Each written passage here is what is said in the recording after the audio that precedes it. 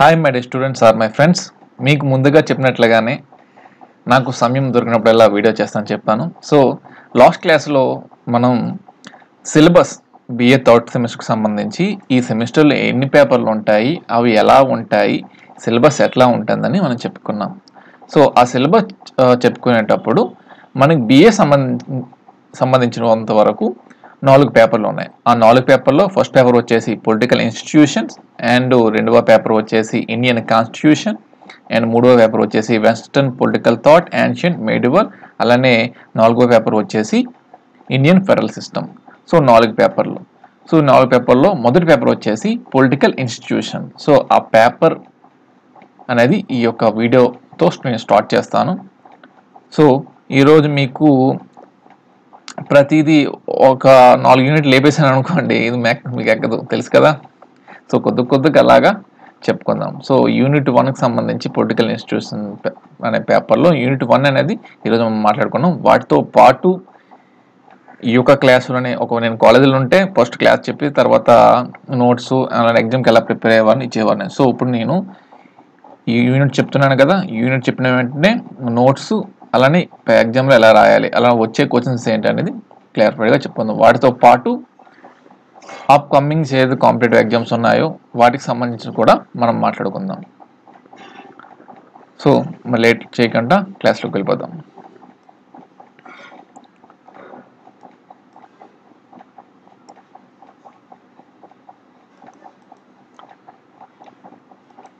So మనకి మొదటి paper వచ్చేసి పొలిటికల్ ఇన్స్టిట్యూషన్.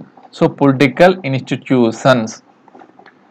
సో పొలిటికల్ ఇప్పుడు మనం ముందుగా చెప్పుకునేటప్పుడు పొలిటికల్ అంటే ఎక్కడి నుంచి వచ్చిందని చెప్తాము, పాలిటిక్స్ అనే పదం నుంచి వచ్చింది. పాలిటిక్స్ అంటే పాలిస్ అని చెప్తారు, కొంతమంది పాలిస్ అనే పదం నుంచి వచ్చిందని చెప్తారు, కొంతమంది పొలిటికల్స్ నుంచి వచ్చిందని చెప్తారు. అలానే పొలిటికల్ అనేది పాలిటిక్స్ అనే గ్రంథం, అరిస్టాటిల్ రాసిన పాలిటిక్స్ అనే గ్రంథం నుంచి వచ్చింది. మరి పాలిటిక్స్ అనేది పాలిస్ నుంచి వచ్చింది. మరి ఆ పాలిస్ నుంచి ఎక్కడి నుంచి వచ్చిందంటే పొలిటికస్ అనే పదం నుంచి వచ్చింది అని చెప్పుకుంటాం. సో మనం ఎగ్జామ్లో కానీ ఏదో రాసేటప్పుడు ఇంట్రడక్షన్ అనేది కంపల్సరీ చెప్పాను కదా, ఈ యొక్క పేపర్ ఇచ్చిన ఫస్ట్ మన థియరీ ఎగ్జామ్స్ కాబట్టి ఇంట్రడక్షన్ అనేది పర్టికులర్గా మనం చెప్పగలగాలి. సో పొలిటికల్ అనే పదం తీసుకుందాం, ఇక్కడ ఇన్స్టిట్యూషన్ అనే 2 పదాలు తీసుకుందాం. సో పొలిటికల్ అనేది పాలిటిక్స్ అనే పదం నుంచి వచ్చింది. సో ఈ పాలిటిక్స్ అనే పదం పాలిస్ నుంచి వచ్చింది. ఇది గ్రీక్ పదం అనేది, ఇది గ్రీక్ పదం. మరి పొలిటికస్ అనే పదం ఎక్కడి నుంచి వచ్చింది సార్ అంటే లాటిన్. ఆల్రెడీ మీకు ప్రీవియస్ క్లాస్లో చాలా వివరంగా చెప్పాను ఆ స్టేట్ ఎలా ఏర్పడిందని చెప్పి. ఇక ఇన్స్టిట్యూషన్కి వద్దాం. ఇన్స్టిట్యూషన్స్ అనేది ఇన్స్టిట్యూషియో అనే లాటిన్ పదం నుంచి వచ్చింది. సో ఇక్కడ ఇన్స్టిట్యూషియో అంటే టు ఎస్టాబ్లిష్ ఆర్ సెటప్ అని అర్థం. సో పొలిటికల్ ఇన్స్టిట్యూషన్స్ అంటే వాటికి అర్థాలు అని అర్థం. సో అలాంటి పొలిటికల్ ఇన్స్టిట్యూషన్స్లో వచ్చేటప్పటికి పొలిటికల్ ఇన్స్టిట్యూషన్స్ అంటే మనం బేసిక్గా ఏమనుకుంటాము, అసలు పొలిటికల్గా ఏదైతే ఫామ్ అవుతాయో గవర్నమెంట్స్, ఫార్మ్స్ ఆఫ్ గవర్నమెంట్స్, అలానే powers, separation of power, central గవర్నమెంట్కి పవర్ ఉంటుంది, స్టేట్ గవర్నమెంట్కి పవర్ ఉంటుంది, అలానే లోకల్ గవర్నమెంట్లో ఈ పవర్ ఉంటుంది. అలానే ఇలాగ సెటప్ చేసుకుంటూ పొలిటికల్ ఇన్స్టిట్యూషన్స్ అనేవి ఉంటాయి. అలాంటి పొలిటికల్ ఇన్స్టిట్యూషన్స్లో మీకు ఈ యొక్క థర్డ్ సెమిస్టర్కి వచ్చేటప్పటికి పొలిటికల్ ఇన్స్టిట్యూషన్ అనేది ఒక పేపర్. అలాంటి పేపర్లో మనకి 5 యూనిట్లు ఉంటాయి. ఆ 5 యూనిట్లో వరుసగా ఆర్గాన్స్ ఆఫ్ గవర్నమెంట్ ఒకటి, అలానే సెపరేషన్ ఆఫ్ పవర్స్ ఒకటి, అలానే ఫార్మ్స్ ఆఫ్ గవర్నమెంట్ ఒకటి, అండ్ డెమోక్రసీ ఒకటి, అలానే political parties, pressure groups and public opinion. ఇవి మొత్తంగా 5 యూనిట్లు.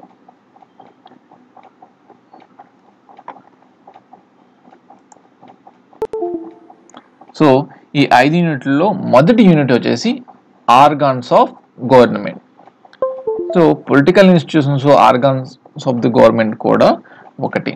సో పొలిటికల్ ఇన్స్టిట్యూషన్స్లో మనము గవర్నమెంట్స్ అనేవి ఎన్ని విధాలుగా ఉంటాయి. వాటి ఉండేటప్పుడు స్టేట్ గవర్నమెంట్, సెంట్రల్ గవర్నమెంట్, అలాంటి గవర్నమెంట్స్ అనేది ఎటువంటి ఫార్మ్ ఆఫ్ గవర్నమెంట్ తీసుకుంటుంది. మీకు సెమిస్టర్ 1 చెప్పేటప్పుడు మీకు federal, presidential form of government చెప్పుకున్నాం కదా, అవి బేసిక్ డేటా అప్పుడు చెప్పాను. ఇక్కడ ఈ క్లాస్లో మనకి ఫార్మ్స్ ఆఫ్ గవర్నమెంట్స్లో ఎలాంటి గవర్నమెంట్స్ ఉంటాయి, స్టార్టింగ్ యాన్షియంట్ ఎలాంటి గవర్నమెంట్స్ ఉండేవి, మెడివల్ ఎలా ఉండేవి, ఇప్పుడు ఎలాంటి గవర్నమెంట్స్ ఉన్నాయి, మల్టీ కల్చరలిజం అనేది సెకండ్ సెమిస్టర్లో ఒక టాపిక్ వచ్చింది, అవి మనం మాట్లాడుకున్నాం. సో అలానే డెమోక్రసీ చెప్పేటప్పుడు మనము డైరెక్ట్ డెమోక్రసీ చెప్పుకున్నాం, ఇండైరెక్ట్ డెమోక్రసీ చెప్పుకున్నాం. వీటితో మనకి ఇప్పటి వరకు మీరు నేర్చుకోవాలి ఏంటంటే political parties and pressure groups and public opinion. ఇప్పుడు పబ్లిక్ ఒపీనియన్ ఎట్లా అంటే ఏదైనా ఒక ఓటింగ్ సంబంధించి మనము ఓట్ అనేది చాలా మంది ఏ బేస్ మీద వేస్తారు, కొంతమంది మనీ తీసుకుని వేస్తారు, కొంతమంది క్యాస్ట్ బట్టి వేస్తారు, కొంతమంది రిలీజన్ బట్టి వేస్తారు, కొంతమంది వాళ్ళ యొక్క చరిస్మాటిక్, సో వాళ్ళు మాట్లాడే విధానం బట్టి వేస్తారు. సో అలా ఇవన్నీ కలిపి పొలిటికల్ ఇన్స్టిట్యూషన్స్ అనేది ఒక పేపర్లో మీకు ఇచ్చారు. మీకు అవగాహన చేయడం కోసమనే ఈ యొక్క అసలు బేసిక్గా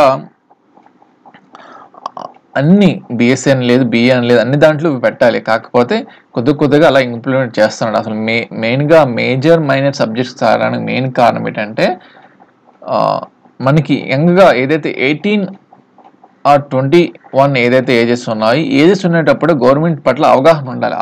ఆ అవగాహన లేకే ఇండియా అనేది ఇంకా డెవలప్ అవుతుంది. మనకి ఫస్ట్ ఫార్మ్స్ ఆఫ్ గవర్నమెంట్, అసలు గవర్నమెంట్ ఏంటి, చట్టాలు అంటే ఏంటి తెలిసినప్పుడు అక్కడ ప్రతి ఒక్కరు నేర్చుకుని అవగాహన చేసుకుంటారు కదా చట్టాల మీద. ఒక తప్పు ఎందుకు జరుగుతుంది, ఆ తప్పు ఎందుకు జరుగుతుంది, అసలు ఈ తప్పు చేస్తే ఈ శిక్ష పడుతుంది అని తెలియకే కదా. సో ఇంకా చెప్తే అది రామాయణంలో వెళ్తుంది. So organs of government. So organs of గవర్నమెంట్కి వచ్చేటప్పటికి నేను ఇప్పుడు ఏం చెప్తాను, ఎనడెక్స్ చెప్పుకుంటాం కదా. సో ఇప్పుడు ఎనడెక్స్ చెప్పుకుందాం. సో ఆర్గాన్స్ ఆఫ్ గవర్నమెంట్ ఏముంటాయి సార్ అంటే లెజిస్లేటివ్, ఎడ్యుకేటివ్, జ్యుడిషియరీ. ఈ 3 ఆర్గాన్స్ కోసమనే ఈ యొక్క వీడియోలో మనం మాట్లాడుకుంటాం. So organs of government first unit వచ్చేసి, సో ఆర్గాన్స్ సైడ్ పెట్టేస్తే ఆఫ్ గవర్నమెంట్ సైడ్కి పెట్టేస్తే గవర్నమెంట్. సో గవర్నమెంట్ అంటే ఏం చెప్పాను, it is the executive function of the state. So executive అంటే ఏదైతే కార్యనిర్వాహక శాఖ ఏదైతే పని చేస్తుందో దాన్ని ఎగ్జిక్యూటివ్ అంటారు. సో ఎగ్జిక్యూట్ చేసే విధానాన్ని, సో ప్లాన్ని ఎగ్జిక్యూట్ చేస్తున్నాడు, లేకపోతే వాళ్ళ ప్లాన్ కరెక్ట్గా ఎగ్జిక్యూట్ చేశారు అని చేసే విధానాన్ని. మరి స్టేట్ అంటే ఏం చెప్పుకున్నాము, ఫస్ట్ మంకీ అనే నుంచి మ్యాన్ వచ్చాడు, మ్యాన్ నుంచి ఫ్యూ పీపుల్ వచ్చారు, ఆ ఫ్యూ పీపుల్ నుంచి ఏమయ్యారని చెప్పాను నేను, మెనీ పీపుల్ అయ్యారు. ఆ మెనీ పీపుల్ అయిన తర్వాత పాపులేషన్ పెరిగింది, ఆ పాపులేషన్లో సొసైటీ వచ్చింది, ఆ సొసైటీ నుంచి సివిల్ సొసైటీగా మారింది, ఆ సివిల్ సొసైటీ నుంచి ఏమైంది పొలిటికల్ సొసైటీ మారింది, ఆ పొలిటికల్ సొసైటీ నుంచి ఏమైంది స్టేట్గా అవతరించింది. అలాంటి స్టేట్ని వెస్టర్న్ కంట్రీస్లో అయితే కంట్రీ అని చెప్తారు, మన కంట్రీలో అయితే రాష్ట్రం అని చెప్పుకుంటాం. సో ఇది the executive function of the state. ఒక దేశానికి సంబంధించి విధి విధానాలు అమలు చేసేదే గవర్నమెంట్ అని చెప్పుకుంటాం. అలాంటి గవర్నమెంట్లో మెయిన్ ఆర్గాన్స్ ఏవంటే లెజిస్లేటివ్, ఎగ్జిక్యూటివ్, జ్యుడిషియరీ. మీకు ప్రీవియస్ క్లాసులో చాలా సార్లు చెప్పాను. Legislative, executive, judiciary. So legislative అంటే బేసిక్గా ఎవరు వస్తారు, లెజిస్లేటివ్ అంటే ఎవరైతే టు మేక్ క్లాస్, ఎవరైతే చట్టాలు తయారు చేస్తారో. మరి చట్టాలు ఎక్కడ తయారవుతాయి ఒక రాష్ట్రంలో అంటే అసెంబ్లీలో తయారవుతాయి. అలాగే ఒక దేశానికి సంబంధించి అంటే ఎక్కడ తయారవుతాయి అంటే పార్లమెంట్లో తయారవుతాయి. పార్లమెంట్ అంటే లోక్సభ, రాజ్యసభ, రాష్ట్రపతి చెప్పాను. అది కంపల్సరీ బిట్స్ మీకు త్వరలో రాబోయే గ్రూప్ డికి సంబంధించి, హైకోర్టు సంబంధించి మనకు అడుగుతారు. పార్లమెంట్ అనగా ఇటీవల ఎంట్రన్స్ టెస్ట్లు అయ్యే ఏపీ పీజీ సెట్ అనే, AP law set and Ed CET సంబంధించి దాంట్లో ఈ పార్లమెంట్ అనగా అని మనకి ఒక ప్రశ్న వచ్చింది.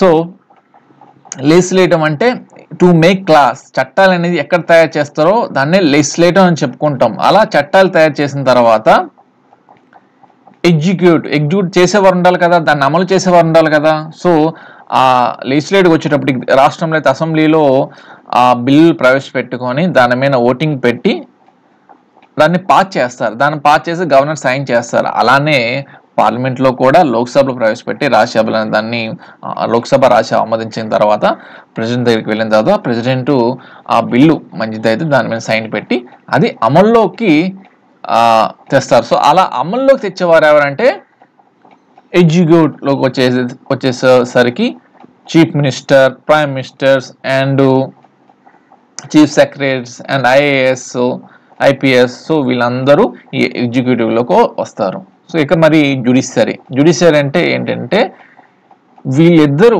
చేసే చట్టాలు ఇప్పుడు మన ఇండియాలో తీసుకుంటే లోక్సభలో ప్రైమ్ మినిస్టర్ ఉంటారు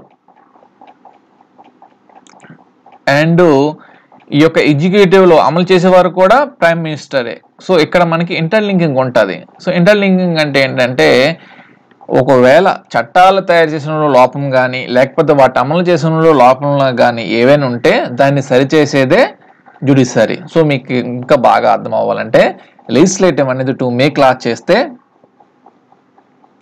ఎగ్జిక్యూటివ్ అనేది to pass the laws.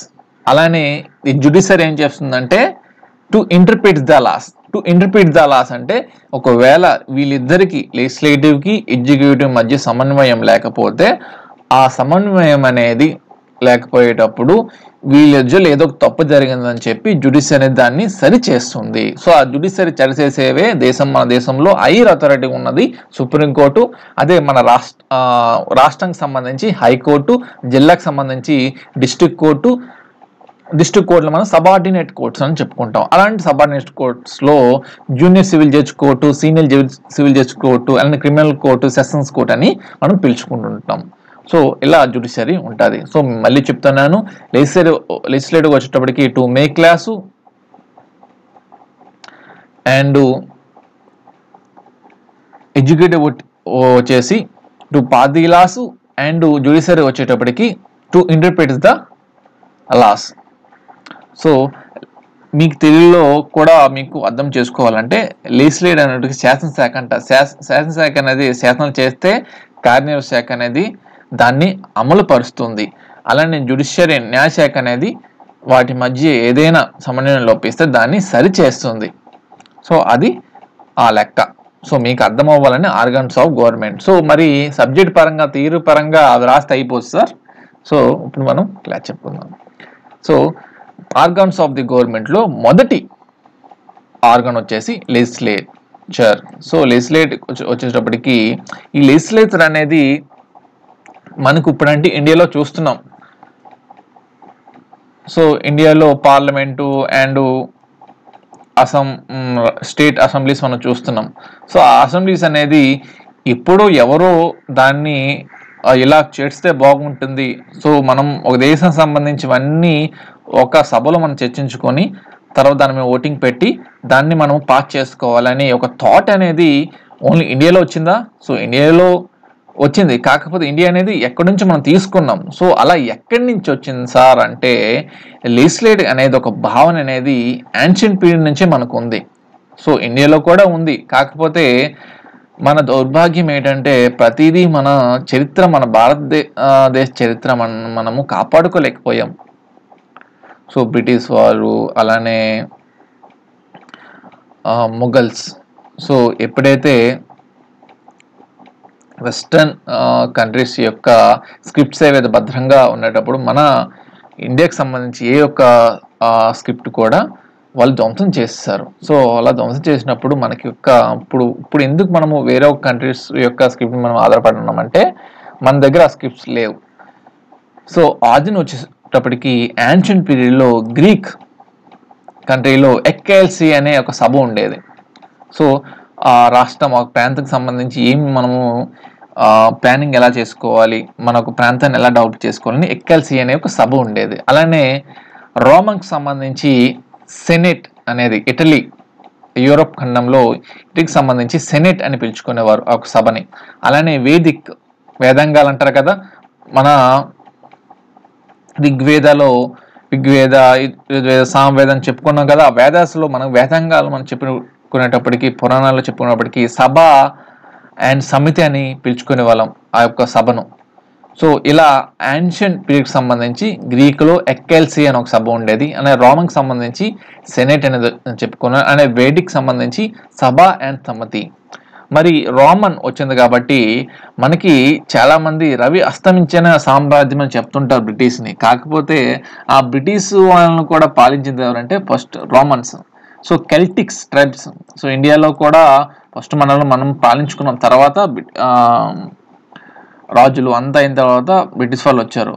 So కాకపోతే బ్రిటిష్ వాళ్ళని కూడా ఎవరో ముందు పాలించిన తర్వాతే, ఇప్పుడు ఇంగ్లాండ్ తీసుకుంటే ఇంగ్లాండ్ని ఇంగ్లీష్ వారే పాలించుకోవట్లేదు. ఇంగ్లాండ్ని ఇంగ్లీష్ వారే పాలించుకోవట్లేదు, జర్మనీ వాళ్ళు పాలిస్తున్నారు, జర్మనీ వంశీయులు పాలిస్తున్నారు. సో ఆ రియాలిటీని ఇప్పుడున్న మనం తెలుసుకోవాలి.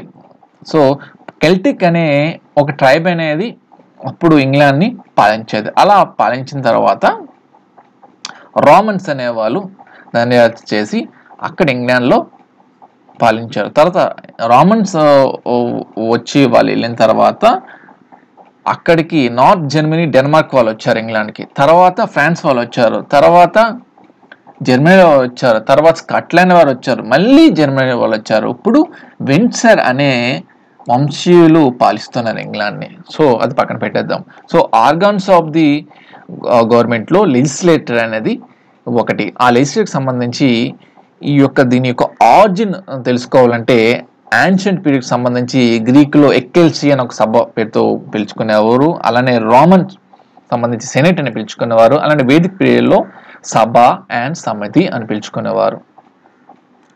అలానే ఇంకా మనకి ఈ యొక్క లెజిస్లేటర్ అంటే టు మేక్ లాస్ అని చెప్పుకున్నాం కదా. టు మేక్ లాస్ అని చెప్పుకున్నప్పుడు మీకు లా అనేది ఒక కాన్సెప్ట్ చెప్పినప్పుడు మీకు ఏం చెప్పాను, లా అనేది ఎక్కడి నుంచి వచ్చిందని చెప్పాను, కామెంట్ చేయండి. లా అనేది ఎక్కడి నుంచి వచ్చిందని చెప్పాను. సో లా అనేది ఎక్కడి నుంచి వచ్చింది, చుటానిక్ ట్రైబ్, జర్మన్ దీని నుంచి వచ్చింది. సో ఆ చుటానిక్ ట్రైబ్ అంటే లా అంటే టు లే, ల్యాగ్ అంటే బాండ్ అని అర్థం, ఒక రాతపూర్వక పత్రం అని అర్థం. సో ఇలా ప్రజలందరూ కలిసి ఒక సభలో లాస్ అనేది తయారు చేసుకొని వాటిని అమలు చేసుకునేవారు. సో ఈ యొక్క లా అనేది వచ్చేటప్పటికి టు మేక్ లాస్ అని చెప్పుకుంటాం కదా లెజిస్లేషన్ అంటే.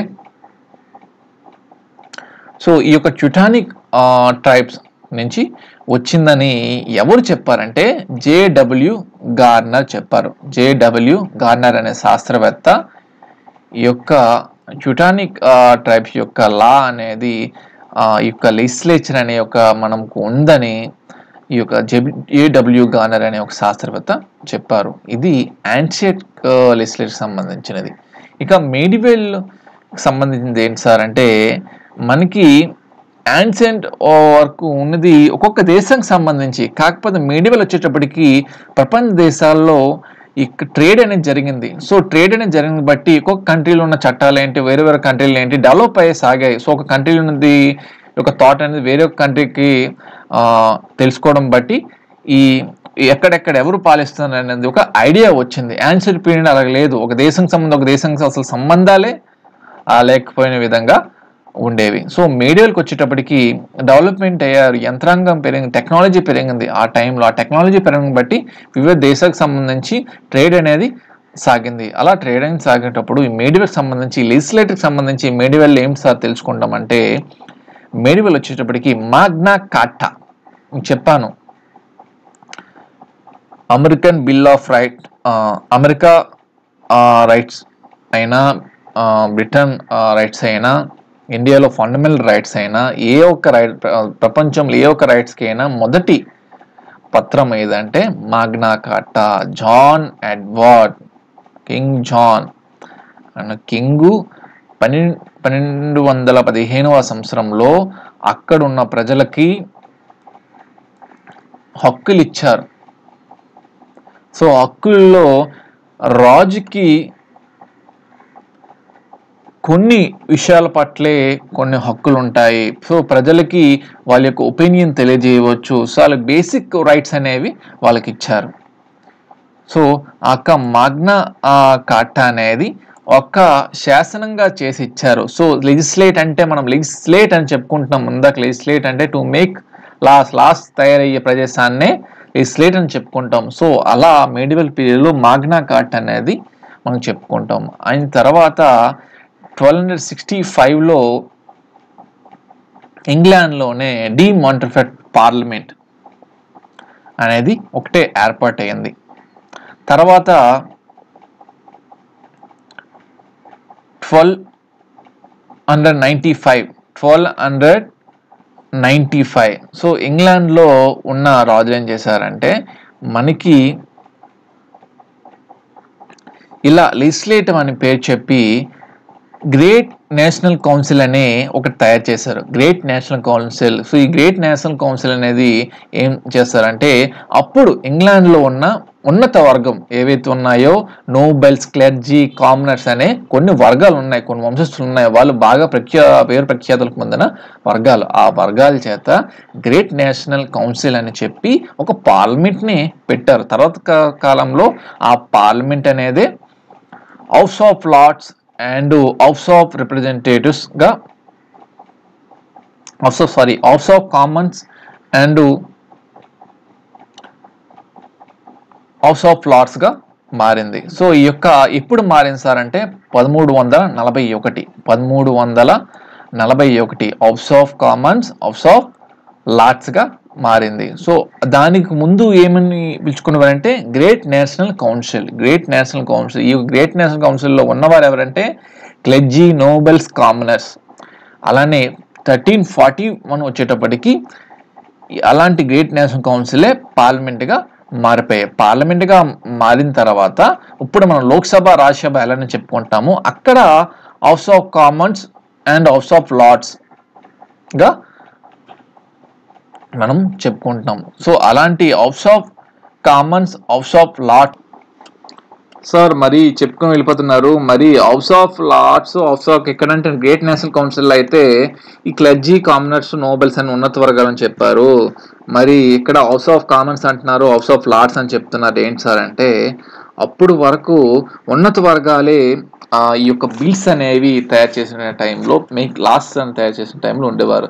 తర్వాత టైంలో ఎవరైనా అందరూ ఉండొచ్చు అని హౌస్ ఆఫ్ కామన్స్ అని చెప్పి, ఇప్పుడు మన లోక్సభ ఎలాగైతే చెప్పుకుంటామో లోక్సభని లోవర్ హౌస్ చెప్పుకుంటాం, అక్కడ హౌస్ ఆఫ్ కామన్స్ అని చెప్పుకుంటాం. సో ఇక్కడ హౌస్ ఆఫ్ కామన్స్ అని చెప్పి అండ్ హౌస్ ఆఫ్ లార్డ్స్ వీళ్ళు పర్మనెంట్గా ఉంటారు. ఈ హౌస్ ఆఫ్ లార్డ్స్ అన్నది ఇప్పుడు దీన్ని మనం ఎలా చెప్పుకుంటాం, ఇండియాలో అయితే రాజ్యసభ అని చెప్పుకుంటాం, అప్పర్ హౌస్ అని చెప్పుకుంటాం. అలా 1341 సంవత్సరంలో ఇంగ్లాండ్లో అది చూడవచ్చు. సో అలా అది అయిన తర్వాత ఇప్పుడు మోడర్న్ కంట్రీస్లో ఈ యొక్క లెజిస్లేచర్ అని చూసుకుంటే ఇండియాలో అండ్ కెనడా, ఆస్ట్రేలియా, యుఎస్ఏలో ఈ యొక్క లెజిస్లేటర్కి సంబంధించి లోక్సభ, రాజ్యసభ ఎలా ఉంటాయో రెండు సభలు అనేది ఏదైనా బిల్లు టు మేక్ క్లాసులో రెండు సభల్లో కంపల్సరీగా అది పాస్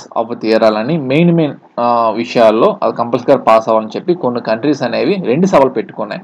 అలాంటి సభలనే మనము ఓన్లీ టు మేక్ లాస్ అనేది తయారు చేసిన ఒక్క సభ అయితే దాన్ని మనము యూనికామెరలిజం అని చెప్పుకున్నాం.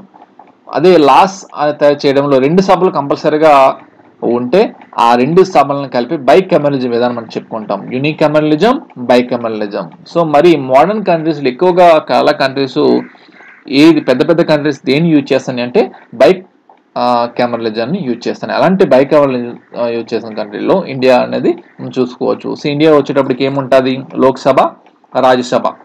అలానే కెనడాలో కూడా రెండు సభలు ఉంటాయి. సో కెనడా వచ్చింది కాబట్టి కెనడా యొక్క ప్రెజెంట్ ప్రైమ్ మినిస్టర్ ఎవరు అంటే మార్క్ కార్నీ. సో ఇటీవల ఎగ్జామ్స్లో అడుగుతారు, ఇటీవల ఆయన నూతనంగా అపాయింట్మెంట్ అయ్యారు, జస్టిస్ ట్రూడో తర్వాత ఆయన కెనడా యొక్క ప్రైమ్ మినిస్టర్గా ఎన్నికయ్యారు. సో కెనడా వచ్చేటప్పటికి ప్రజెంట్ ప్రైమ్ మినిస్టర్ వచ్చేసి మార్క్ కార్నీ. సో మరి ఈ యొక్క కెనడా యొక్క క్యాపిటల్ ఏంటంటే ఒట్టావా. అలానే ఆస్ట్రేలియా వచ్చేటప్పటికి ఆస్ట్రేలియాలో కూడా రెండు సభలు ఉంటాయి, లోక్సభ, రాజ్యసభలో అక్కడ కూడా రెండు సభలు. సో ఈ ఆస్ట్రేలియాకి వచ్చేటప్పటికి ప్రజెంట్ ప్రైమ్ మినిస్టర్ ఎవరంటే అథోనీ ఆల్బనీస్. అలానే యుఎస్ వచ్చేటప్పటికి ప్రెసిడెంట్ ఎవరంటే అందరికీ తెలిసిందే డొనాల్డ్ ట్రంప్. సో ఈ ఆస్ట్రేలియాకి వచ్చేటప్పటికి క్యాపిటల్ ఏంటంటే క్యాన్బెర్రా, యుఎస్కి వచ్చేటప్పుడు వాషింగ్టన్ DC. సో ఈ యొక్క మోడర్న్ కంట్రీస్లో రెండు సభల్లో కలిగిన దేశాలు అంటే ఇండియా, కెనడా, ఆస్ట్రేలియా, USA అని చెప్పుకుంటాం. తర్వాత అసలు లెజిస్లేటివ్కి ఉన్న సిగ్నిఫికెన్స్ ఏంటి సార్, అసలు ఈ లెజిస్లేటివ్కి ఎందుకు ఉండాలంటే ఒకప్పుడు యాన్సెంట్ పీరియడ్ వచ్చేటప్పటికి ఏముండేది, ఫస్ట్ పీపుల్ అనే ఉండరు, పీపుల్ అయిన తర్వాత ఫ్యూ పీపుల్ అయ్యారు, మెనీ పీపుల్ అయ్యారు, తర్వాత ఒకరిని రాజులు అయ్యని చెప్పుకున్నాం. సో అలాంటి రాజుల టైంలో రాజు ఏది తీసుకుంటే అదే డెసిషన్. తర్వాత టైంలో ఏమైంది, ఈస్ట్ ఇండియా కంపెనీ వచ్చింది, ఇండియా పరంగా చెప్తున్నాను. సో ఈస్ట్ ఇండియా కంపెనీ వచ్చిన తర్వాత వాళ్ళు డెవలప్డ్ నేషన్స్ కాబట్టి వాళ్ళ దేశంలో ఇది కింగ్ ఆర్ క్వీన్ వాళ్ళు ఏది చెప్పింది దాన్ని బట్టి వాళ్ళు నడుచుకునేవారు. సో క్వీన్ అనేది క్వీన్ విక్టోరియా మహారాణి దాన్ని యాక్సెప్ట్ చేస్తే కదా వాళ్ళు మన ఇండియాలో ఈస్ట్ ఇండియా కంపెనీ ఎస్టాబ్లిష్ చేశారు. తర్వాత టైంలో బ్రిటిష్ కంపెనీ డైరెక్ట్ వచ్చేసింది. బ్రిటిష్ కంపెనీ ఏంటి, వాళ్ళ యొక్క పార్లమెంట్లో ఏదైనా ఒక బిల్లు ప్రవేశపెట్టుకుని ఇండియా మీద డెసిషన్ అనేవి తీసుకునేవారు. సో అలా తీసుకునేటప్పుడు ఇప్పుడు ప్రజెంట్ ఏంటి, ఇండియాలో ఏది మార్చాలన్నా, ఏ చట్టం మార్చాలన్నా కంపల్సరిగా పార్లమెంట్లో బిల్లు ప్రవేశపెట్టాలి. అదే ఒక రాష్ట్రానికి సంబంధించి అయినా ఆ రాష్ట్రంకి ఫస్ట్ తెలియజేసి అది రాజ్యసభలో ఫస్ట్గా తీర్మానం ప్రవేశపెట్టి తర్వాత లోక్సభలోకి ప్రవేశపెడతారు. సో ఇలా ఏదైనా లెజిస్లేట్ అనేది కంపల్సరీ ఇప్పుడున్న కంట్రీస్లో. సో ఒకప్పుడంటే పీపుల్కి ఎటువంటి ఫ్రీడమ్ లేదు, సో ఫండమెంటల్ రైట్స్ లేవు. సో ఇప్పుడు ప్రతి ఒక్కరికి ఫండమెంటల్ రైట్స్ ఉన్నాయి. ఎందుకు ఫండమెంటల్ రైట్స్ ఉన్నాయి, ఫండమెంటల్ రైట్స్ ఉన్నాయి, వాటితో పాటు ప్రతి ఒక్కరు ట్యాక్స్ కడుతున్నారు. ఈ యొక్క చట్టాలైనా దేశానికి అనుగుణంగా ఉండాలి. సో అనుగుణంగా ఉండేటప్పుడు ఈ లిజిస్లేషన్స్ అనేవి చాలా చాలా చాలా చాలా ఇంపార్టెంట్ ఇప్పుడున్న కంట్రీస్లో. సో కొన్ని కంట్రీస్లో ఆ లిజిస్లేషన్ అనేది ఒక్కరి చేతుల్లో ఉంటాయి. ఇప్పుడు సపోజ్ తీసుకుంటే కిమ్ జూన్ నార్త్ కొరియా అధ్యక్షుడు, కొన్ని కంట్రీస్లో ఇప్పటికీ ఒకరే పాలిస్తున్నారు. సో అలాంటి వచ్చేటప్పటికి ఈ యొక్క కాంపోజిషన్ చూద్దాం. కాంపోజిషన్ అంటే ఈ యొక్క లెజిస్లేటర్ అనేది ఎన్ని విధాల్లో ఉంటుంది సార్ అంటే 2 విధాలు ఉంటుంది. ఇందాక చెప్పుకున్నాం కదా, యూనికామెరలిజం. ఒక్క సభ ఉంటే దాన్ని యూనికామెరలిజం అంటాం, 2 సభలు ఉంటే దాన్ని బైకామెరలిజం అంటాం. ఒక్క సభ ఉంటే దాన్ని యూనికామెరలిజం అని, 2 సభలు ఉంటే దాన్ని బైకామెరలిజం అని చెప్పుకుంటాం. సో అలా యూనికామెరలిజం ఉన్న కంట్రీస్ ఏంటో తెలుసుకునే ముందు మొదటగా మనం యూనికామెరలిజం వచ్చేటప్పటికి, ఎందుకు యూనికామెరలిజం అంటే సార్ ఉంటారంటే చాలా 80th 90th సెంచరీస్ వచ్చేంత వరకు చాలా కంట్రీస్లో French revolution, American freedom of independence, అలానే ఇండియన్ ఫ్రీడమ్ ఆఫ్ ఇండిపెండెన్స్, అలా చాలా కంట్రీస్లో ఇండిపెండెన్స్ లేవు. ఫస్ట్ వాళ్ళు ఇండిపెండెన్స్ కోసం పోరాడారు, తర్వాత గవర్నమెంట్ ఏర్పరచుకున్న తర్వాత లెజిస్లేటివ్, ఎగ్జిక్యూటివ్, జ్యుడిషియల్ అని చెప్పి ఆర్గాన్స్ పెట్టుకున్నారు. తర్వాత ఈ యొక్క అలా డెవలప్మెంట్ అయ్యాక కాకపోతే 18th 90th సెంచరీలో ఫ్రెంచ్ రెవల్యూషన్ వచ్చేటప్పుడు అబిసియస్ అనే ఒక నాయకుడు ఏం చెప్పారంటే, మా యూనికామెరలిజం ఉంటే మాకు బెటర్ అని చెప్పి ఫ్రాన్స్ దేశంలో చెప్పారు. తర్వాత జెర్మీ బెంథమ్ అనే ఆయన ఈ యొక్క యూనికామెరలిజం ఏ దేశానికైనా ఏకసభ విధానం ఉంటే చాలా ఈజీగా, ఇప్పుడు మనకి ఏదైనా బిల్లు ఇంపార్టెంట్ దేశం సంబంధించి ఏదైనా ఒక బిల్లు అనేది ప్రవేశపెట్టాలంటే, ఒక బిల్లు ప్రవేశపెట్టాలంటే ఆ బిల్లు ఒకే సభలో తేలిపోతే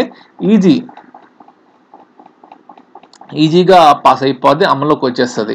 సో 2 సభలు ఉంటే దానికంటూ టైం పడుతుంది. ఒక సభలో అది పాస్ అయిన ఇంకో సభలో అది ఫెయిల్ అయితే అది మారదు, అంటే అమల్లోకి రాదు అని చాలా మంది అభిప్రాయపడ్డారు. అలాంటి అభిప్రాయపడడంలో జెర్మీ బెంథమ్ ఇంగ్లాండ్కి చెందిన శాస్త్రవేత్త ఏం చెప్పారంటే యూనికామెరలిజంకి సపోర్ట్ చేశారు.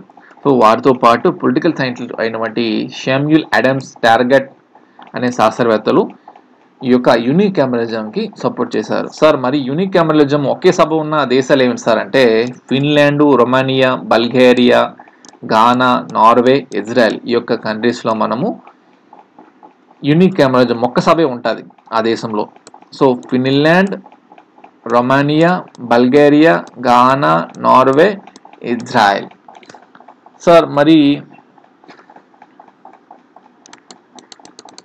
యూనికామెరల్కి సంబంధించి మీకు ఎగ్జామ్ ఓరియంటెడ్గా ఏం సార్ అడుగుతారంటే, merits, demerits. So merits and demerits అంటే ఏమంటారు అంటే, మీకు అడ్వాంటేజ్ కింద అడుగుతారు అండ్ డిసడ్వాంటేజ్ కింద అడుగుతారు, మీకు తెలిసిందే. సో మెరిట్స్కి వచ్చేటప్పటికి యూనికామెరల్ ఏముంటాయి సార్ అంటే, ఈజీ ఫార్మేషన్ ఈ యొక్క యూనికామెరలిజం అనేది ఏకసభ విధానం బట్టి ఈజీగా మనం ఫామ్ చేసుకోవచ్చు. సో ఎంపీలు వేగంగా ఫామ్ చేసి వేగంగా మనం బిల్లు ప్రవేశపెట్టి దాన్ని పాస్ చేయవచ్చు. అలానే క్విక్నెస్ ఆఫ్ యాక్టివిటీస్. సో ఏదైనా ఒక యాక్టివిటీ తీసుకున్నామంటే ఏదైనా ఒక బిల్లు పెట్టమంటే వెంటనే అయిపోతుంది. రెండో సభ ఉంటే దానికి లేట్ అవుతుంది. సో ఒక్క సభ ఉండడం బట్టి ఈజీగా అవుతుంది. And no scope for delay. So ఇందాక చెప్పుకున్నాం కదా, సో వేరొక సభ ఉంటే ఆ సభలో మళ్ళీ కంపల్సరీ పాస్ అవ్వాలని చెప్పుకుంటాం. ఇక్కడ అలా ఉండదు ఒక సభ ఉండడం బట్టి. And reduce the unnecessary expenses. So ఎక్కువగా ఖర్చు ఉండదు ఒకే సభ ఉండడం బట్టి. ఇప్పుడు లోక్సభ రాజ్యసభ ఉంది, ఒక నిమిషానికి మన లోక్సభలో టెలికాస్ట్ 1 lakh రూపీ వరకు అవుతుందట ఒక నిమిషానికి టెలికాస్ట్ అవ్వడానికి. అలానే వాళ్ళ యొక్క క్యాంటీన్ ఫుడ్ మొత్తం కలిపి ఒక నిమిషానికి. కాకపోతే మన వాళ్ళు ఏంటి ఇది అదని తిట్టుకుంటారు. అసెంబ్లీ చూస్తుంటాం, లోక్సభలో చూస్తుంటాం, రాజ్యసభలో చూస్తుంటాం. So and avoids repetition. So ఇక్కడ అవాయిడ్స్ రిపిటేషన్ అంటే ఏంటి సార్ అంటే, ఇక్కడ మనకి ఏదైనా ఒక బిల్లు ప్రవేశపెట్టారనుకోండి, ఆ బిల్ అనేది అందరూ యాక్సెప్ట్ చేయలేదు, సో దేశానికి వ్యతిరేకంగా ఉందని చెప్పి యాక్సెప్ట్ చేయలేదు, మళ్ళీ అదే బిల్ అనేది ప్రవేశపెట్టలేరు. సో రిపిటేషన్ అనేది మళ్ళీ అవదు.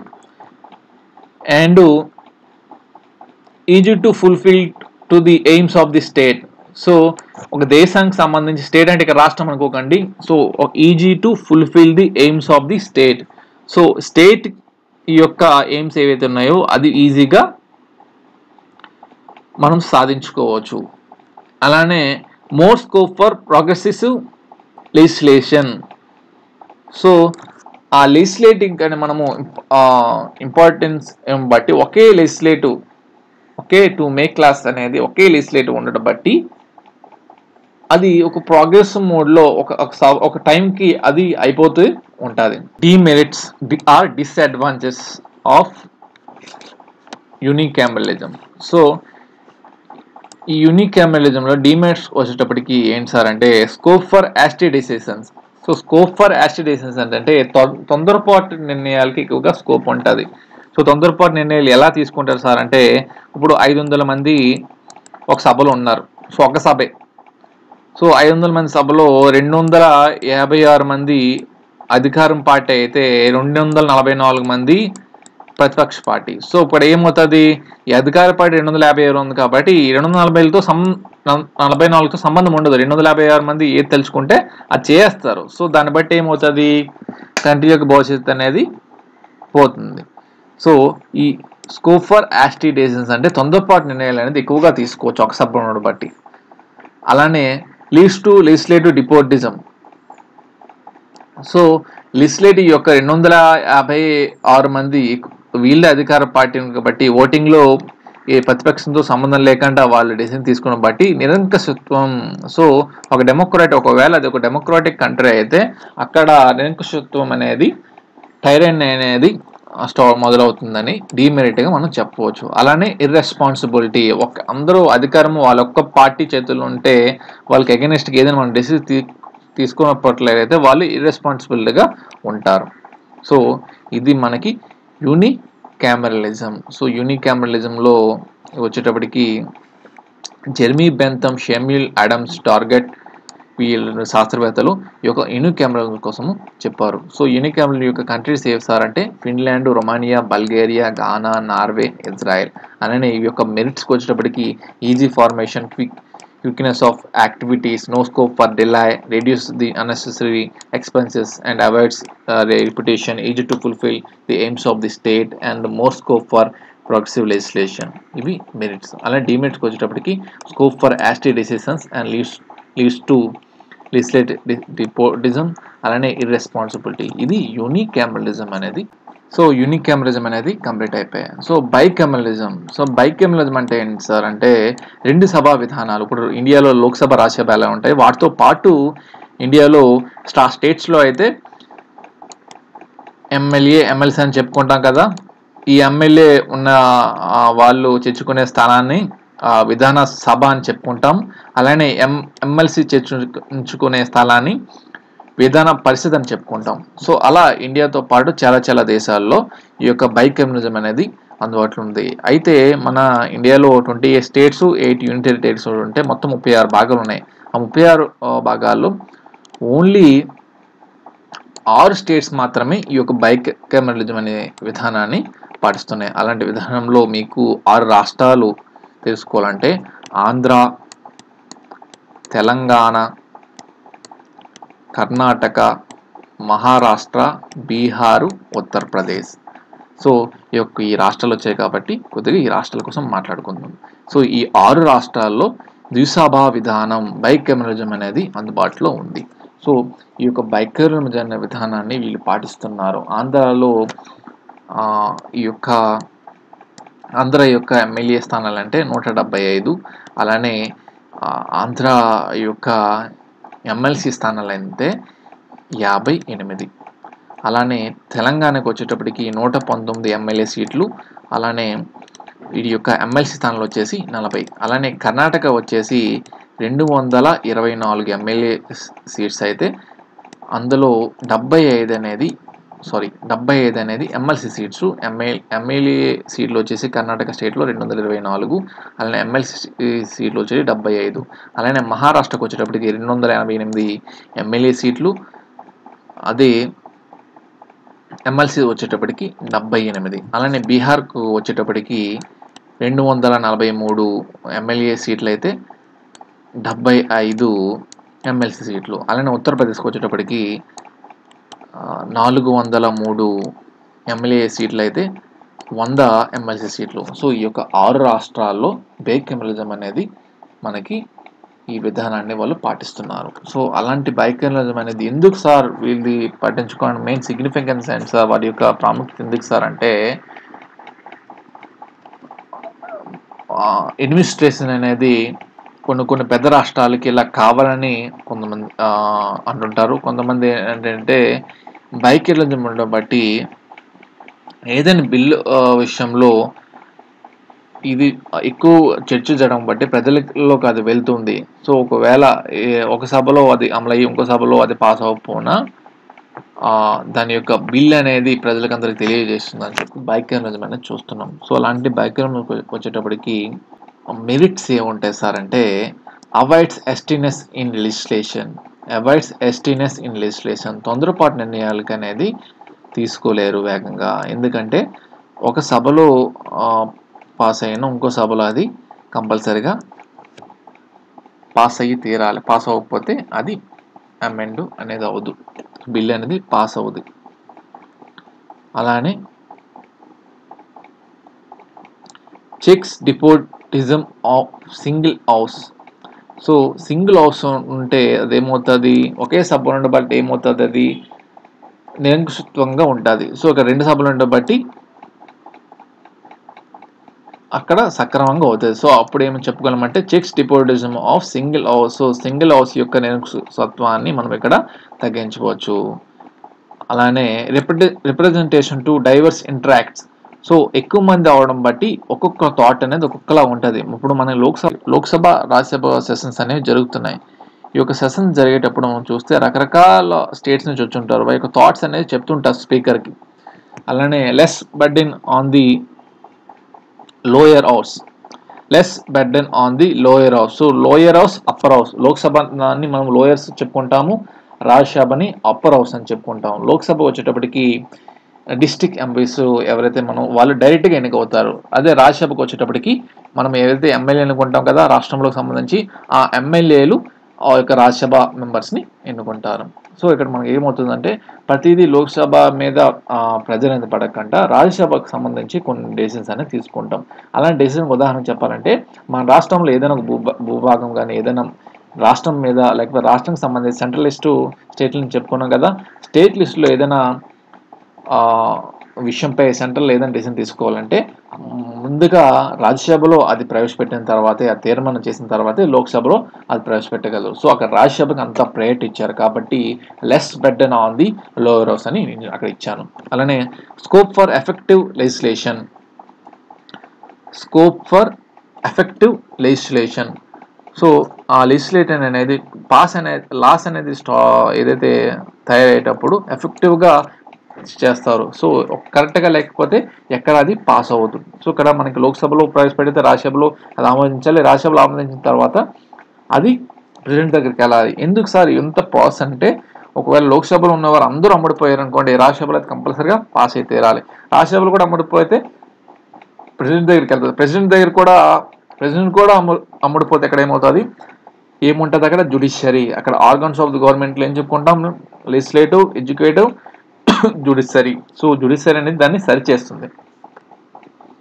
ఇక more scope for public opinion. So public opinion అనేది కంపల్సరీగా ఉంటుంది. కాకపోతే ఇప్పుడు మనం ఏదైనా డెసిషన్ తీసుకుంటున్నారు, కొన్ని సెంట్రల్ గవర్నమెంట్ పబ్లిక్ ఒపీనియన్ తీసుకుంటున్నారా అంటే తీసుకుంటున్నారు, కాకపోతే అది ప్రజల వరకు వెళ్ళట్లేదు. సపోజ్కి 1 నేషన్ 1 ఎలక్షన్ ఉంది కదా. సో దీనిపై రామ్నాథ్ కోవింద్ గారి అధ్యక్షతన ఒక కమిటీ ఏర్పడింది. సో ఆ కమిటీ ఏర్పడిన తర్వాత పబ్లిక్ ఓపెన్ మీద మీకు లెటర్స్ పెట్టండి సెంట్రల్ గవర్నమెంట్ అని చెప్పారు. కాకపోతే ప్రజలకు అవగాహన లేదు, రాజ్యాంగం కోసమే తెలియదు ప్రజలకి, ఇక దాని మీద ఎలా తెలుసుకుంటారు. So more scope for public opinion అని చెప్తారు, కానీ కాకపోతే అవి ఉండవు. మోర్ ఎందుకంటే ఒక లెక్చరర్గా మీకు పిల్లలకి రియాలిటీ చెప్పాలి, ఆ రియాలిటీ చెప్పకపోయే అలా తయారవుతున్నారు. ఇక more beneficial to federal system. So more beneficial to federal system. ఏదైతే ఫెడరల్ అంటే ఏం చెప్పుకున్నాము, relations between centre and state. So ఏదైతే సెపరేషన్ ఆఫ్ పవర్స్ అనేది ఉంటుంది, పవర్స్లో సెంట్రల్ గవర్నమెంట్ కొన్ని పవర్స్ ఉండి స్టేట్ గవర్నమెంట్ కొన్ని పవర్ ఉంటుంది, దాన్ని ఫెడరల్ వ్యవస్థ సిస్టమ్ చెప్పుకుంటాం. ఆ ఫెడరల్ అనేది ఫోడస్ అనే పదం నుంచి వచ్చింది. ఆ ఫోడస్ అంటే అగ్రీ ఆర్ ట్రీటీ. సో అలాంటి ఫెడరల్ ఫార్మ్ ఆఫ్ గవర్నమెంట్స్ అనేది యుఎస్, కెనడా, ఆస్ట్రేలియా, స్విట్జర్లాండ్లో మనము చూడవచ్చు.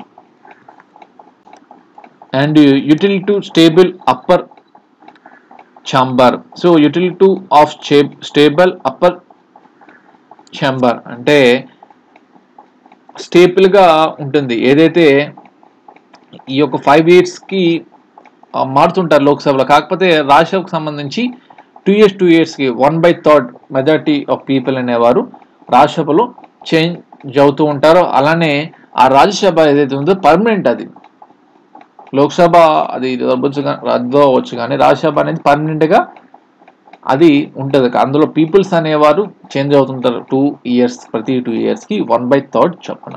అది మెరిట్స్ ఆఫ్ ది బైకామరలిజం. ఇక demerits. Demerits of the bicameral వచ్చేటప్పటికి separation of public opinion.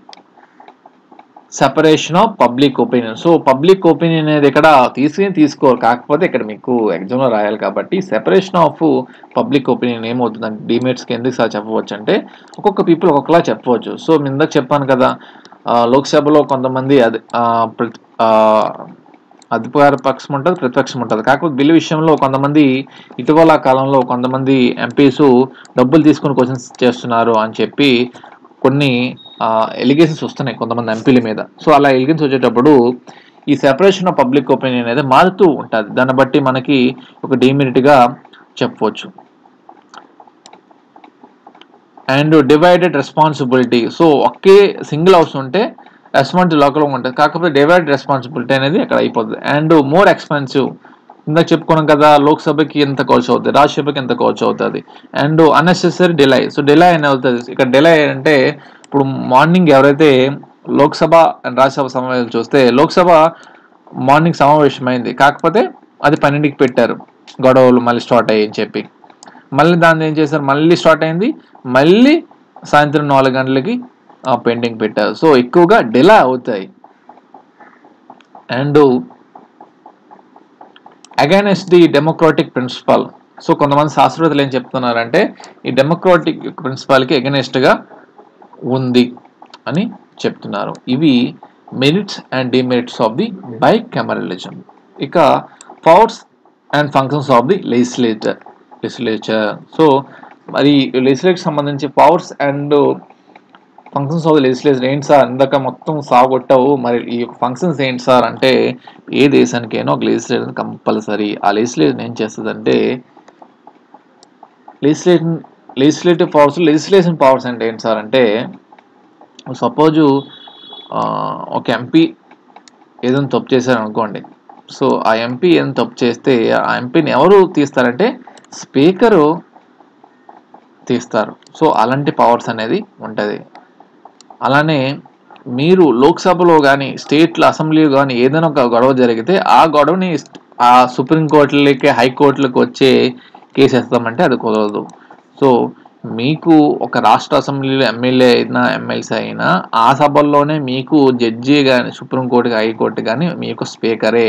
So ఆయనకి అంత హోదా ఇచ్చి దాన్ని ఒక పవర్గా మనం చూస్తున్నాం. అలానే ఫైనాన్షియల్ ఫంక్షన్ అంటే ఏంటి సార్ అంటే ఒక బిల్లు మనీ బిల్ అని ప్రవేశపెడతారు. అండ్ ఎలక్టోరల్ అంటే ప్రెసిడెంట్ వైస్ ప్రెసిడెంట్ని ఎన్నుకుంటారు. అండ్ కాన్స్టిట్యూషన్ ఫంక్షన్స్ అంటే కాన్స్టిట్యూషన్ పరంగా ఏదైనా అమెండ్మెంట్స్ అనేవి ఒక పవర్గా తీసుకుంటారు. అండ్ జ్యుడిషియల్ ఫంక్షన్స్ అంటే ఏదైనా ఒక ఎంపీ తప్పు చేసినట్లయితే వాళ్ళని తీసివేస్తారు. లేకపోతే ప్రైమ్ మినిస్టర్ మీద లేకపోతే ఒక దేశ అధ్యక్షుడి మీద ఏం చేస్తారంటే అవిశ్వాస తీర్మానం అనేది చేస్తారు. అలానే forum of public opinions. So public opinions అనేది తీసుకోవడం కోసం లెజిస్లేషన్ అనేది కొన్ని అడ్వర్టైజ్మెంట్ ఇచ్చేసి ఇలా పంపించండి దాన్ని మేము చర్చిస్తామని కొన్ని దేశాల్లో మనం చూడవచ్చు. స్విట్జర్లాండ్లో డైరెక్ట్ డెమోక్రసీ ఉంది. సో అక్కడ డైరెక్ట్ డెమోక్రసీ ఏంటంటే ఏదైనా లాస్ అనేది తయారు చేసేటప్పుడు పబ్లిక్ ఒపీనియన్ కోసం అనేది వాళ్ళు పంపుతారు. సో పబ్లిక్ ఒపీనియన్ మీదే అక్కడ ఆ దేశంలో ప్రభుత్వాలు నడుచుకోవాలి కంపల్సరీ తీరాలి అని చెప్పి వాళ్ళు చట్టాలు చేసుకున్నారు. కాకపోతే ఇండియాలో అలా ఏమీ ఉండదు. ఇది లెజిస్లేటర్కి సంబంధించి ఈ మ్యాటర్ మొత్తం లెజిస్లేటర్. సో మీకు ఎగ్జామ్లో ఏం అడుగుతారంటే లిస్ట్ యొక్క ఆరిజిన్ అడుగుతారు. అలానే బైకెలిజం యొక్క merits and demerits so compulsory చూసుకోవాలి.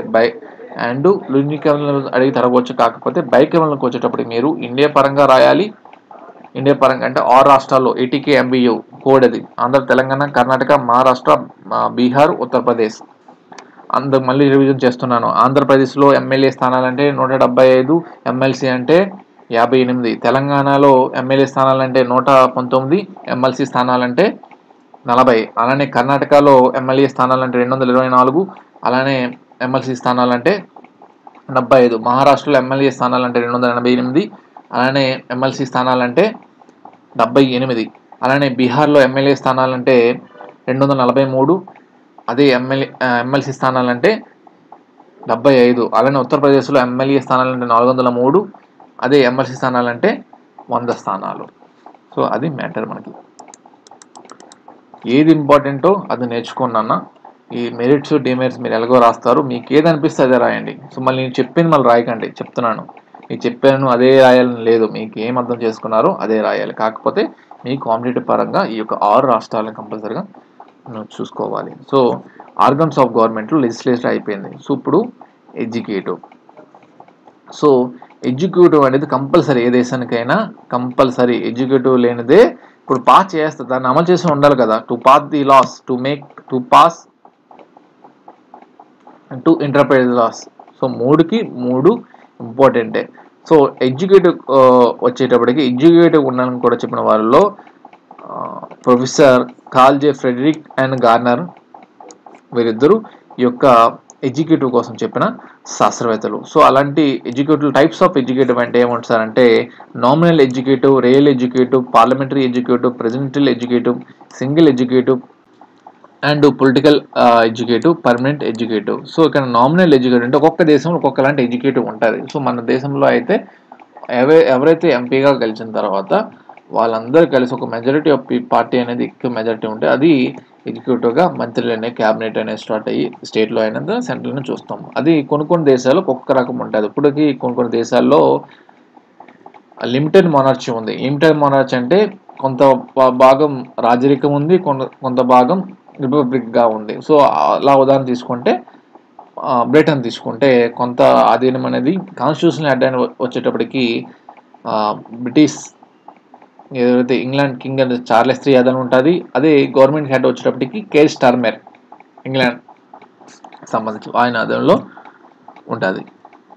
ఇక టైప్స్ ఆఫ్ ఎగ్జిక్యూటివ్ అంటే నామినల్ ఎగ్జిక్యూటివ్. సో కొంతకాలం నామినల్గా ఉంటారు. అండ్ రియల్ ఎగ్జిక్యూటివ్ అంటే రియల్గా ఎన్నికై ఉంటారు. అండ్ పార్లమెంటరీ ఎగ్జిక్యూటివ్ అంటే పార్లమెంట్ ద్వారా ఎవరైతే ఎన్నికైంటారో వాళ్ళు ఎగ్జిక్యూటివ్గా ఉంటారు. అండ్ ప్రెసిడెంట్ ఎగ్జిక్యూటివ్ అంటే ఇప్పుడు ఒక ప్రెసిడెంట్గా వాళ్ళకు స్థానం ఇచ్చే ఎగ్జిక్యూటివ్గా ఉంటారు. అండ్ సింగిల్ ఎగ్జిక్యూటివ్ అంటే ఒకే ఉంటారు అధిపతి, దాన్ని సింగిల్ ఎగ్జిక్యూటివ్ అని చెప్పుకుంటాం. అండ్ పర్మనెంట్ ఎగ్జిక్యూటివ్, కొన్ని దేశాలు రాజుని కంపల్సరీగా స్థిరత్వం ఉంటారు, వాళ్ళ కొడుకు కాదు మళ్ళీ కొడుకు అలాగే పాలిస్తూ ఉంటారు. And political executive. So political ఎగ్జిక్యూటివ్కి వచ్చేటప్పటికి ఏమవుతుందంటే పొలిటికల్గా ఎవరైతే ఫామ్ అవుతారో సో వాళ్ళ పొలిటికల్గా ఎడ్యుకేటివ్ అవుతారు. ఇవన్నీ టైప్స్ ఆఫ్ ఎడ్యుకేటివ్. మామూలుగా ఈ యొక్క nominal educative, real educative, parliamentary educative, president educative, single educative రాస్తే చాలు. ఇక formation of educative. So formation of educative అనేది ఎలా, రియల్ ఎడ్యుకేటివ్, పార్లమెంటరీ ఎడ్యుకేటివ్ ఎలా ఫామ్ అవుతారు అనేది తీసుకుంటే హెరిడేటరీ మెథడ్. సో హెరిడేటరీ అంటే వంశపారపరంగా ఎడ్యుకేటివ్ అనేది తయారవచ్చు. అలానే direct election method. So direct election method అంటే డైరెక్ట్గా ఎన్నుకుంటారు, లేకపోతే ఇండైరెక్ట్గా ఎన్నుకుంటారు ఎలక్షన్ మెథడ్లో. సో ఇండైరెక్ట్గా అంటే మన దేశంలో ప్రెసిడెంట్కి సంబంధించి మనము డైరెక్ట్గా ఎన్నుకోలేము. సో ఎమ్మెల్యేలు, ఎంపీస్ ఎన్నుకుంటారు ప్రెసిడెంట్ని. సో ఇండైరెక్ట్గా ఎన్నుకుంటారు. Election method, hereditary method, indirect method అనేది very very important. Forms of ఎగ్జిక్యూటివ్లో ఈ 3 మెథడ్లు అనేవి మనకు చాలా ఇంపార్టెంట్. అది ఎగ్జిక్యూటివ్. సార్ మరి పవర్స్ ఆఫ్ ఎగ్జిక్యూటివ్లో ఏముంటాయి సార్ అంటే administrative powers, diplomatic powers, military powers, financial powers, legislative powers, judiciary powers. So మొత్తం ఒక దేశానికి సంబంధించి ఈ ఎగ్జిక్యూటివ్లోనే మొత్తంగా ఉంటాయి. అడ్మినిస్ట్రేటివ్ పవర్స్ అంటే ఈ ఐపీఎస్, ఐఏఎస్ వీటికి సంబంధించి కొన్ని అడ్మినిస్ట్రేటివ్ పవర్స్. అలానే బిల్లుని పాస్ ఎవరు చేస్తారు, బిల్లు అనేది పాస్ అయిన తర్వాత దాన్ని అమలు చేసేవారు ఎవరు అంటే ప్రైమ్ మినిస్టర్. వీళ్ళు సైన్లు పెట్టి మధ్యలో చూస్తారు, కాకపోతే వాళ్ళ కింద అధికారులు ఎవరు ఉంటారు, ఐఏఎస్, ఐపీఎస్ వాళ్ళే చేయాలి కదా. సో వీళ్ళే అడ్మినిస్ట్రేటివ్ పవర్స్.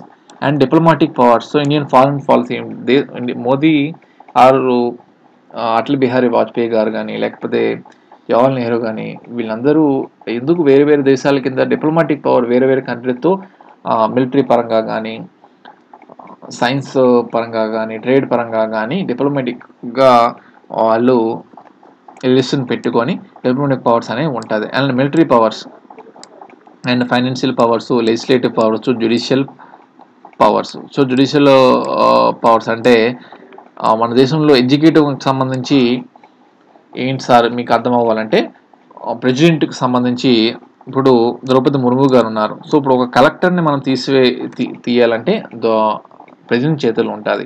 కాకపోతే కలెక్టర్ని సస్పెండ్ చేయాలంటే ఒక రాష్ట్ర ప్రభుత్వం ఉంటుంది. కాకపోతే కలెక్టర్ని పర్మనెంట్గా తీసేయాలంటే అది ప్రెసిడెంట్ చేతుల్లో ఉంటుంది. అవి powers of executive. Administrative powers, diplomatic powers, military powers, financial powers, legislative powers, judicial powers. ఇక మరి మీకు ఇంకా ఈ ఒక దీని మీద ఎగ్జిక్యూటివ్ మీద అడిగితే మీకు అడిగేది ఏంటంటే షార్ట్ కింద అడుగుతారు, reasons for growth in powers in importance of the executive. So ఎందుకు ఎగ్జిక్యూటివ్ ఈ యొక్క ప్రజెంట్ జనరేషన్లో ఎక్కువగా ఎగ్జిక్యూటివ్కి ఎందుకు అంత పవర్స్ ఇంపార్టెన్స్ ఇస్తుందంటే వెల్ఫేర్ స్టేట్ కాన్సెప్ట్. సో ఇప్పుడు ఉన్న ఎగ్జిక్యూటివ్లో చాలామంది ప్రైమ్ మినిస్టర్లుగా లేకపోతే ఒక పార్టీ గెలవకముందు ఎందుకు వాళ్ళు గెలుస్తున్నారంటే మేము గెలిస్తే ఇది ఇస్తాము, మేము ఫ్రీ ఇస్తాం, ఫ్రీ అని చెప్పి వెల్ఫేర్లోకి వస్తుంది కదా. సో అదొక మెయిన్ రీజన్గా చెప్పవచ్చు. And delegated legislation. సో వాళ్ళు డెలిగేటెడ్గా ఈ యొక్క తప్పులు చేయకుండా ఉండాలి. ఇది కాకపోతే మన దేశానికి సెట్ కాదు. And lack of skill. So lack of skill బట్టి కూడా ఈ ఎగ్జిక్యూటివ్కి మనము చెప్పవచ్చు. సార్ ల్యాక్ ఆఫ్ స్కిల్ అంటే ఉదాహరణ మీకు ఏం చెప్పాలంటే ఇప్పుడు మన్మోహన్ సింగ్ ఉన్నారు, ఫార్మర్ ప్రైమ్ మినిస్టర్. సో ఆయన రాజ్యసభ ఎంపీగా గెలిచి ఇండియన్ ప్రైమ్ మినిస్టర్ అయ్యారు. సో ఆయన ఎక్కడో రిజర్వ్ బ్యాంకు గవర్నర్గా చేసిన వ్యక్తిని ఏకంగా దేశ ప్రధాని అయ్యారు. సో ఆయనకి స్కిల్ ఎన్న బట్టే కదా. సో ల్యాక్ ఆఫ్ స్కిల్ కూడా మనము చెప్పవచ్చు. ఇక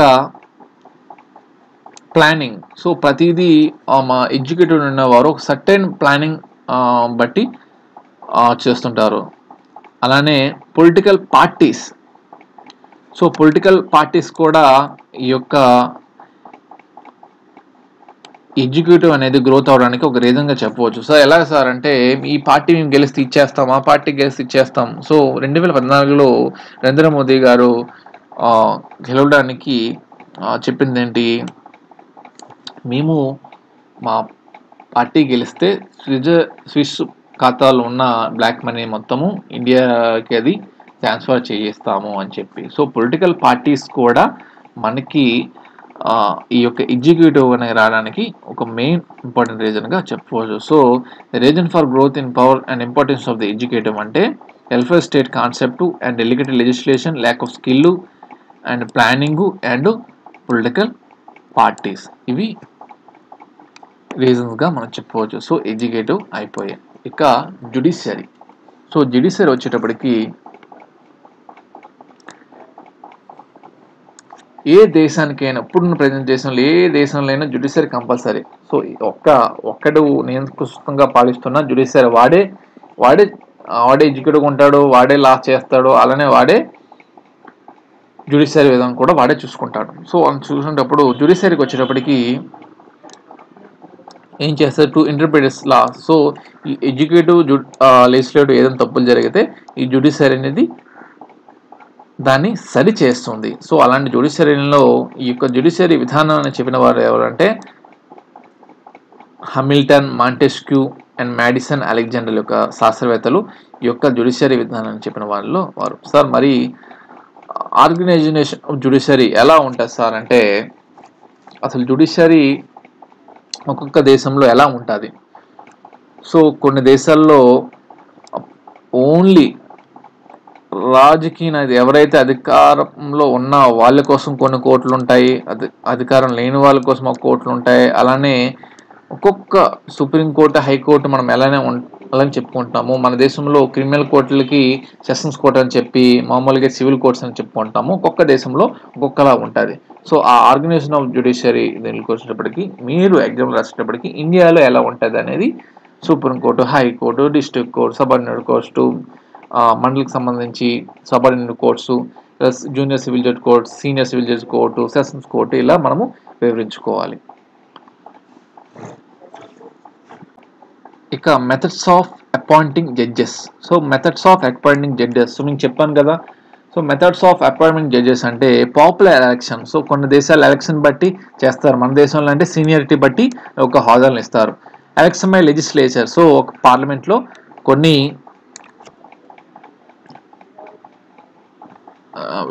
ఎలక్షన్స్ పెట్టి ఈ యొక్క జడ్జెస్ని ఎన్నుకుంటారు. కాకపోతే మన దేశంలో సీనియారిటీ పెట్టి ఇస్తారు. కాకపోతే తీసే విధానాన్ని ఎలా తీస్తారంటే పార్లమెంట్లో దాని మీద చర్చ పెట్టి తీస్తారు. And appoint by executive. So executive ఎవరైనా ఉంటారో మన దేశంలో ప్రెసిడెంట్ అనేవారు వాళ్ళని అపాయింట్మెంట్ చేస్తారు. అలానే functions of the judiciary. Functions of the judiciary ఏంటి సార్ అంటే, జ్యుడిషియరీ యొక్క ఫంక్షన్ ఏంటి, ఇండియాలో జ్యుడిషియరీ యొక్క ఫంక్షన్ ఏంటంటే, ఏదైతే దేశానికి అండ్ రాజ్యాంగానికి ఎగైనెస్ట్ అయితే ఏ రాష్ట్ర గవర్నమెంట్ కానీ సెంట్రల్ గవర్నమెంట్ కానీ ఏదైనా విధానాన్ని ప్రవేశపెడితే అది ఎగైనెస్ట్ తప్పని చెప్పి, అది చెల్లదని చెప్పే అధికారము సుప్రీంకోర్టుకి, హైకోర్టులకు ఉన్నాయి. సో ఆ హైకోర్టు ఏదైతే అదొక స్టోరీ ఉంది, అది చెప్పే ముందు ఫంక్షన్స్ ఆఫ్ ది జ్యుడిషియరీ చూసుకుందాం. సో సేఫ్ గార్డింగ్ ది కాన్స్టిట్యూషన్కి ఎగైనెస్ట్గా ఉన్న దాని డెసిషన్ తీసుకుంటుంది. And settlement of disputes. So కొన్ని వర్గాలు లేకపోతే కొన్ని కేసులకు ఒక వ్యక్తికి సంబంధించి ఏదైనా నిర్ణయాల్లో కానీ ఏదైనా తప్పుడు ఉంటే ఆ తప్పుల్ని సరిచేస్తుంది. అలానే ఇద్దరు వర్గాల మధ్య గొడవలను తగ్గిస్తుంది. అలానే protection of citizen rights. So citizen rights అనేది కాపాడుతుంది జ్యుడిషియరీ. ఎలా కాపాడుతుంది అంటే, మనము కాన్స్టిట్యూషన్ రెవెన్యూ చెప్పుకున్నాం కదా, రాజ్యాంగ పరిహారం చెప్పేని బిఎస్ కార్పస్, మాన్మస్, ప్రొహిబిషన్, సెర్చ్యూరీ, కోవరెంట్ ఏవైతే ఉన్నాయో వాటి ద్వారా రిట్స్ అనేది జారీ చేస్తుంది సిటిజన్ రైట్స్కి. అండ్ క్లాసిఫికేషన్ లా అనేది ఎలా ఉంటుందని జ్యుడిషియరీ తెలుపుతుంది. అండ్ కోర్ట్ ఆఫ్ రికార్డ్ అంటే ఏంటంటే, సపోజ్ మీకు ఏదైనా ఒక కేసు అనేది జరిగింది, అది నేషనల్ ఇష్యూ అయింది. ఆ నేషనల్ ఇష్యూ అప్పుడు అక్కడ ఆ జడ్జి అనేది ఎలాంటి డెసిషన్ తీసుకోవాలనేది, ఇదివరకు అలాంటి కేసు వచ్చిందా అని చెప్పి అలాంటి కేసు అనేది ఒక ప్రతి హైకోర్టు, సుప్రీంకోర్టు భద్రపరుస్తారు. సో ఆ కోర్ట్ ఆఫ్ రికార్డ్, ఆ యొక్క రికార్డ్ చూసిన బట్టి తీర్పు అనేది వివరిస్తారు. And advisory functions. So advisory functions అంటే మన సపోజు సుప్రీం కోర్టు ఉంది. సుప్రీం కోర్ట్ అనేది ఎలాంటి దీనిలో అడ్వైజర్ ఇస్తుంది అంటే, ప్రెసిడెంట్ దగ్గరికి ఏదైనా ఒక బిల్ వచ్చింది అనుకోండి, లోక్సభ రాజ్యసభ పాస్ అయ్యి, కాకపోతే ప్రెసిడెంట్కి దాని మీద అవగాహన లేకపోయినప్పుడు సుప్రీం కోర్టు యొక్క సలహా తీసుకోవచ్చు భారత రాష్ట్రపతి. సో అడ్వైజరీ ఫంక్షన్స్ కూడా ఉంటాయి. And formation of laws, so laws అనేది కొత్తగా తయారు చేయవచ్చు. సో ఇలా గత సెషన్లో ఇచ్చిన తీర్పును అది రద్దు చేసి కొత్తగా లాస్ అనేది ఇవ్వచ్చు. And production of federalism, so federalism ఉన్న కంట్రీస్లో ప్రొడక్షన్గా జ్యుడిషియరీ వ్యవస్థ అనేది ఉంటుంది. దీనికి ముఖ్యంగా ఉన్నది ఏంటంటే జ్యుడిషియల్ రివ్యూ అంటే ఏంటి సార్ అంటే, సెంట్రల్ గవర్నమెంట్ స్టేట్ గవర్నమెంట్ తీసుకున్న డెసిషన్స్ రాజ్యాంగానికి వ్యతిరేకంగా ఉంటే సుప్రీంకోర్టు కానీ హైకోర్టు అనేది ఆర్టికల్ 13 ఉపయోగించి జ్యుడిషియల్ రివ్యూ అని కోరుతుంది, అది రద్దని చేస్తుంది. సో ఈ జ్యుడిషియల్ రివ్యూ అనే విధానాన్ని మనం ఎక్కడ తీసుకున్నామంటే అమెరికా నుంచి తీసుకున్నాం. అమెరికాలో ఒక స్టోరీ ఏంటంటే 1803లో మార్బురీ వర్స్ మాడిసన్ కేసు అనేది ఒకటి. ఈ మార్బురీ వర్స్ మాడిసన్ ఎవరంటే, మాడిసన్ అనే ఆయన అమెరికా దేశ చీఫ్ సెక్రటరీగా చేసిన వ్యక్తి. ఈ మార్బురీ అనే ఒక కోర్టుకి జడ్జిగా నియమింపబడిన ఒక వ్యక్తి.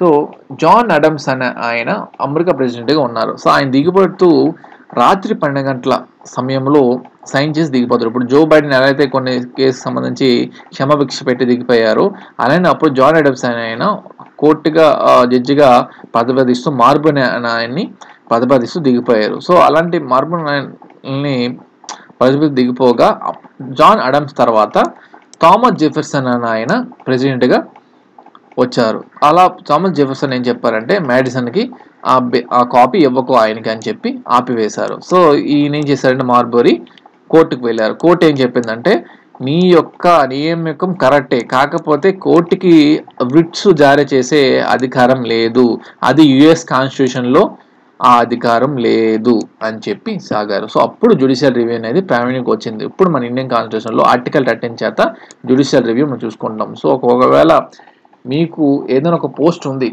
ఆ పోస్ట్లో గవర్నమెంటు ఎక్స్పీరియన్స్కి ఇచ్చేస్తాం, లేకపోతే వాళ్ళకి సొంత నిర్ణయాలు తీసుకోలేదు. సో ఒకవేళ సొంత నిర్ణయాలు తీసుకుంటే మీరు దాన్ని జ్యుడిషియల్ రివ్యూ కింద ఆర్టికల్ 14 ఏదైతుందో అందరికీ సమానత్వంగా ఇవ్వాలని చెప్పి రిట్స్ అని జారీ చేయవచ్చు, మాండమస్ ప్రో కోబరెంట్ అని చెప్పి. సో యుఎస్ కాన్స్టిట్యూషన్లో అప్పటికి అది లేదు. సో కాకపోతే దాన్ని మించి మనము తెలుసుకొని ఇండియన్ కాన్స్టిట్యూషన్లో జ్యుడిషియల్ రివ్యూ ఆర్టికల్ 13 కింద మనము తీసుకుంటాం. అది జ్యుడిషియరీకి సంబంధించి. సో లెజిస్లేటివ్, ఎడ్యుకేటివ్, జ్యుడిషియరీ 3 మనం నేర్చుకున్నాం ఈ యొక్క క్లాస్లో. సో మీకు ఎగ్జామ్లో ఏం అడుగుతారు సార్ అంటే, జ్యుడిషియరీ కంపల్సరీ అడుగుతారు, అలానే లెజిస్లేటివ్ కంపల్సరీ అడుగుతారు, మెరిట్స్ డిమెరిట్స్ అడుగుతారు. ఇక్కడ జ్యుడిషియరీ పవర్స్ అండ్ ఫంక్షన్స్ అనేది మనకు కంపల్సరీగా అడిగే ఛాన్స్ ఉంటాయి. సో వీటితో పాటు మీ కాంపిటేటివ్ ఎగ్జామ్స్కి సంబంధించి ఏం నేర్చుకోవాలంటే, కరెంట్లీ ఎంటీఎస్ పడింది, ఎంటీఎస్ హవాల్దార్ పోస్టులు, దానికి పెట్టండి ఎంటీఎస్ హవాల్దార్. సో ప్రజెంట్ అది ఉంది. గ్రూప్ డీకి ఎలాగో మీరు చదువుతున్నారు కాబట్టి నెక్స్ట్ క్లాస్లో దాని యొక్క సిలబస్, వేరే మోస్ట్ ఎక్స్పెక్టెడ్ క్వశ్చన్స్ కూడా మాట్లాడుకుందాం. Wish you all the best. Bye.